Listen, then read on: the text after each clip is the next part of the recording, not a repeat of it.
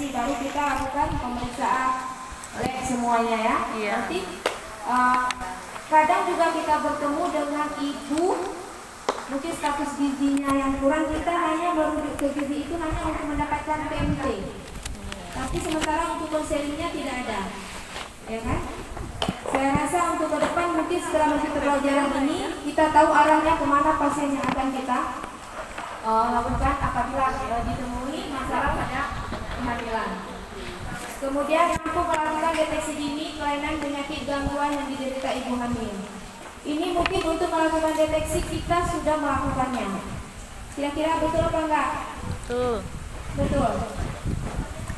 Memang kita selama ini sudah melakukan deteksi dini kelainan atau penyakit gangguan yang diderita ibu selama hamil. Tapi mungkin ya, setelah kita deteksi kita tidak pantau ulang, atau kita karena tidak mendapat jawaban kita lepas. Oh, mungkin pasien tidak apa-apa, ya kan? Sudah kita lakukan tapi tidak istilahnya tidak adekuat atau tidak maksimal. Kita sudah melakukan deteksi dini maka tidak maksimal. Jadi kenapa mungkin selama ini lolos, tapi satu itu juga kematian itu sudah takdir dari Allah. Kita sebagai manusia hanya berusaha. Cuma sejauh mana usaha kita, itulah makanya melakukan deteksi dini sudah kita lakukan tapi belum maksimal. Insya Allah ke depan kita lebih maksimal. Kemudian pemanfaatan buku KIA. Gimana kira-kira pemanfaatan buku KIA? Sudah dilakukan?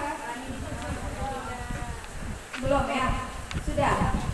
Tapi masih banyak saya lihat itu memang seputar puskesmas di tempat di wilayah saya kerja itu banyak buku KIA yang hanya berisikan nama ibu, tapi identitas lain tidak terisi. Kemudian tidak ada pemberitahuan kepada ibu bahwa buku KIA itu untuk apa. Selain untuk rapor kesehatan ibu hamil, juga di situ ada ilmu atau pengetahuan yang harus dipahami oleh ibu hamil.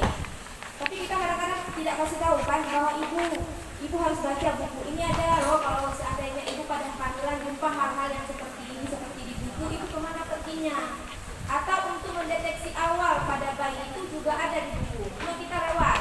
Biasanya kita hanya fokus pada keunjuran ANC-nya, kemudian kalau pada bayi balita yaitu pada imunisasinya. Sementara untuk perkembangan lainnya tidak. Sementara kalau kita lihat di buku KIA itu banyak isinya di dalam, oke? Kemudian memahami pentingnya P4K. Ini juga kita tahu paham tentang P4K, tapi kita tidak pernah melaksanakannya. Kira-kira ada yang melaksanakannya? P4K? Tidak kan? Sebenarnya P4K ini tidak lanjut dari kita melakukan deteksi dini kelainan. Setelah kita tahu ada kelainan kepada ibu hamil dan kita tuangkan pada buku KIA, kemudian kita penting merencanakan. Berarti ibu hamil kita beritahu kepada ibunya bahwa ibu ada kelainan, perencanaan ibu melahirkan itu ke depannya karena ibu beresiko ini mungkin akan ke rumah sakit, mungkin kalau yang jauh perlu dana, itu mungkin sudah bisa disiapkan lebih awal. Jadi sudah tahu, dijelaskan juga kalau ibu akan memerlukan donor, di mana tempat melahirkan, dengan siapa pendamping dan ambulan desanya termasuk seperti itu. Tapi kita memang belum ada. Mungkin itu salah satu yang membuat seperti yang kalau nggak salah saya kemarin ditanyakan Bu ini, kenapa kita banyak akhir meningkat, sementara apakah tidak dilaksanakan pemeriksaan? Saya pikir mungkin pemeriksaan sudah ada. Cuma itulah, setelah kita tahu, setelah kita paham, kita tidak merencanakan kepada ibu hamil itu tentang P4K-nya, tentang rencana untuk persalinannya dengan cara dia punya komplikasi. Satu lagi, jangan kita mengharapkan karena tidak ada jawaban, karena memang selama ini yang kita lakukan tidak ada jawaban dapat dari pihak rumah sakit, tapi kita tidak menyalahkan dari pihak mana pihak. Sekarang kita punya tanggung jawab, kita tahu wilayah kerja kita tahu ibu hamil kita posisinya di mana. Apabila sudah pernah kita rujuk, tolong datangi kembali ke rumahnya. Datangi kembali ke rumahnya dengan menanya riwayat kehamilannya seperti apa.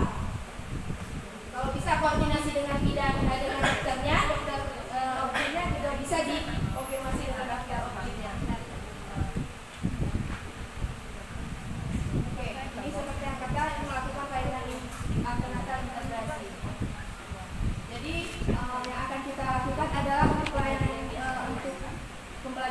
adalah analisis service kesehatan ibu dan bayi, hasil kajian kualitas pelayanan antenatal, kemudian kebijakan peningkatan kesehatan ibu, pelayanan antenatal terintegrasi terpadu, kemudian peran bidan di bawah KIA dalam peningkatan kualitas pelayanan antenatal. Jadi kita akan membagi 3 kelompok. Kita ada tugas kelompok, masing-masing akan kita bagi 3. Berarti 3 kelompok dengan hitungan 1, 2, 3. Ya, pokoknya berhitung dari 1 sampai 3. Oke, kita mulai dari samping sebelah kiri. Halo, kita akan buat kelompok yang berhitung dari sebelah kiri ya. Oke, dimulai, berhitung dimulai ya. Itu buat kelompok. 1, 2, 3, 4. Siapa? Tari. Cari 1. Oke. 2, 1, 2, 3, 1.